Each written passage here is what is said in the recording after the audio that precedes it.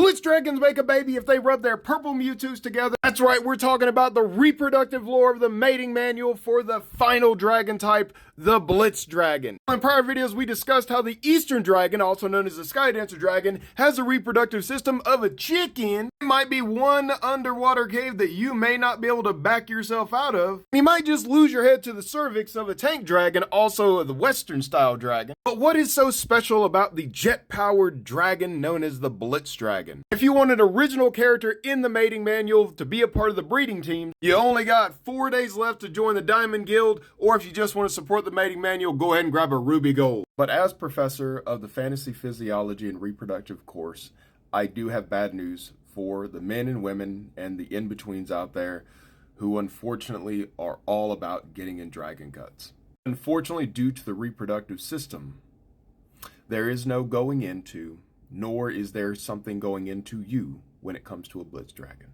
May we have a moment of silence.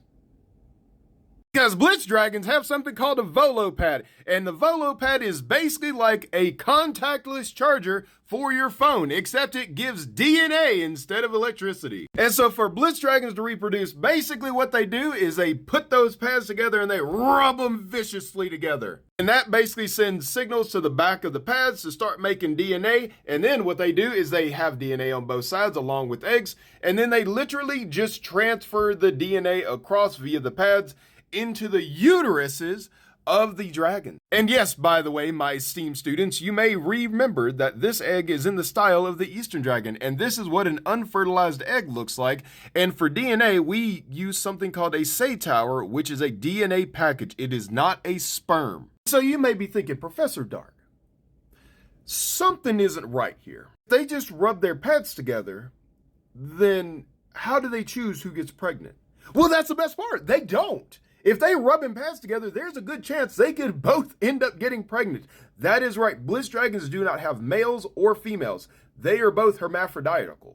What makes a Blitz dragon uterus even more interesting is they have two uterus, double the fun, double the pregnancy, and they do this via whichever uterus is behind the pad directly is the one that gets impregnated. So what happens is as soon as Alpha ends up getting pregnant, the ternary activates, ends up switching positions, putting Bravo now into the active position. So if they keep on rubbing, they could technically also get pregnant in Alpha and Bravo during one session.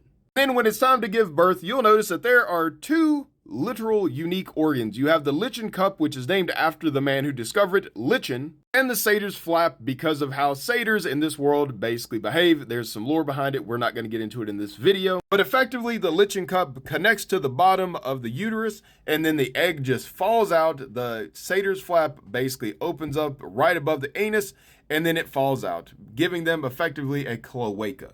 And that, my good friends, is the final part of the three major types of dragons and how they reproduce. What questions do you have for me?